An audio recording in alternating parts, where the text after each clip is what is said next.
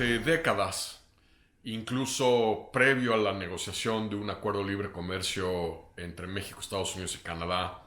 a principios de los 90, Texas jugó un papel fundamental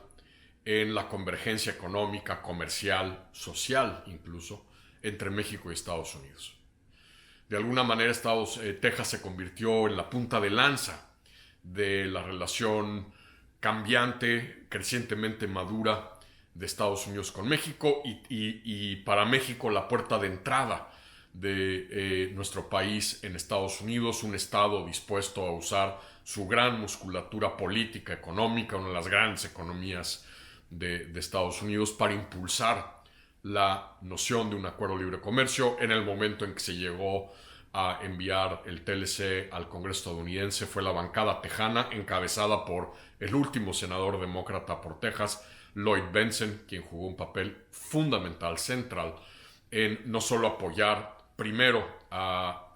Bush padre con la idea de la negociación de un acuerdo comercial con México, sino que ya con Clinton en la Casa Blanca, Bentsen jugó un papel central en movilizar a la bancada demócrata, tanto en el Senado como en la Cámara de Representantes, para arañar esos votos suficientes para garantizar la ratificación del Telecan en 1993.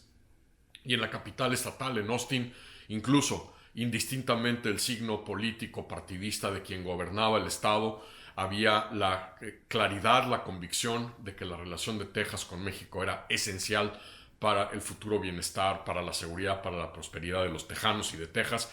Hay que ver una gobernadora demócrata, Ann Richards, durante la negociación precisamente del Telecan, el papel que jugó, y luego su sucesor, George W. Bush, como gobernador de Texas, el mismo impulso a la relación con México, incluso a raíz de esa visión que adquiere como gobernador de Texas. Llega a la Casa Blanca buscando invertir capital político real en la relación con México en ese momento. A tal grado que durante muchos años, décadas quizá, muchos de nosotros nos referíamos a Texas como la bujía en el motor de la relación México-Estados Unidos. Lamentablemente, cómo han cambiado las cosas. Primero con el gobernador Rick Perry, que sustituyó a George W. Bush, quien fue el primer gobernador que empezó a alcahuetear políticamente en la relación con México. De alguna manera, el libreto de Donald Trump de pegarle al pandero de la supuesta inseguridad que le generaba México a Texas viene del periodo de Rick Perry como gobernador del estado, con Rick Perry, con quien era su número 2, el lieutenant governor del estado, Greg Abbott, que hoy es el gobernador de Texas. Texas empezó a,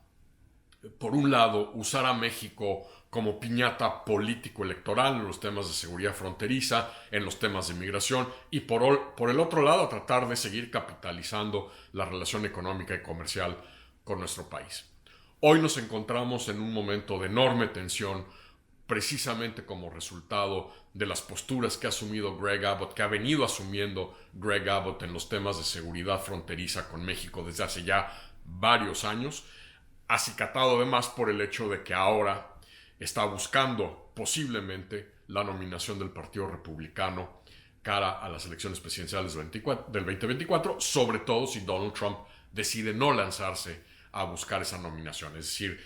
Abbott se está buscando ubicar desde ahora como el heredero de la filosofía trumpista, usando el propio libreto, el propio manual de juegos de Donald Trump para movilizar a ese voto duro trumpista, colocarse al frente del grupo de 4 o 5 gobernadores republicanos que, ante la posibilidad de que Trump pudiese no postularse, cosa poco probable en este momento, pero ciertamente 4 o 5 gobernadores republicanos que están buscando posicionarse como posibles contrincantes en la primaria republicana. Y esto quiere decir que Abbott ya lleva mucho tiempo, varios años, pegándole a México, hablando de desplegar a la Guardia Nacional Tejana en la frontera, ahora hablando de que la verdadera invasión sobre la cual Biden debería preocuparse no es la invasión rusa a Ucrania, sino la invasión, según Abbott, en palabras de Abbott, que proviene de México, y la migración. A tal grado que hace una semana el gobernador tratando de anotar puntos políticos con el voto duro republicano,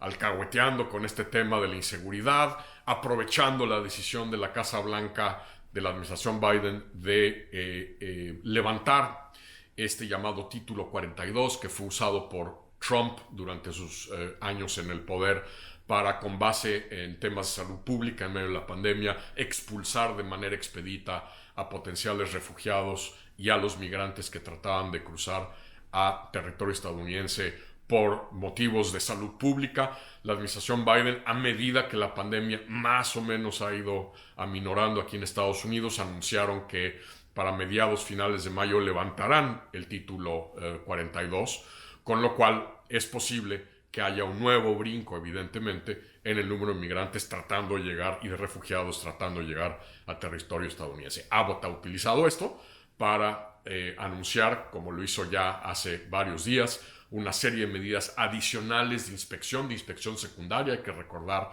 la inspección de ingreso en los puertos de cruce fronterizos en Estados Unidos le corresponde al gobierno federal estadounidense, al Departamento de Seguridad Interna y particularmente a CBP, el Servicio de Aduanas y Protección Fronteriza. Pero Texas está colocando filtros de inspección secundarios una vez superado el punto de cruce fronterizo, con la idea, primero, de tratar de demostrar que Texas, a diferencia de Washington y a diferencia de la administración Biden, sí le preocupa evitar la invasión de Estados Unidos por migrantes y por drogas. Y segundo, evidentemente, presionar a México y presionar a cada uno de los gobernadores fronterizos mexicanos que colindan con Texas a que, digamos, por un lado, asuman medidas de mayor control del lado mexicano y, de paso, arrimarle la carrocería al presidente Biden diciendo: mire, primero, yo logro lo que usted es incapaz de lograr, estoy obligando a los mexicanos a tomar medidas adicionales en materia de seguridad de su lado de la frontera. Y segundo, como hizo en el memorándum de entendimiento firmado con el gobernador de Nuevo León ayer, meterle de paso un arrimón, aprovechar el comunicado conjunto, el memorándum de entendimiento, para meterle un llegue al presidente Biden en el sentido de incluir allí fraseo de que Washington no está haciendo lo suficiente para vigilar la seguridad fronteriza con México.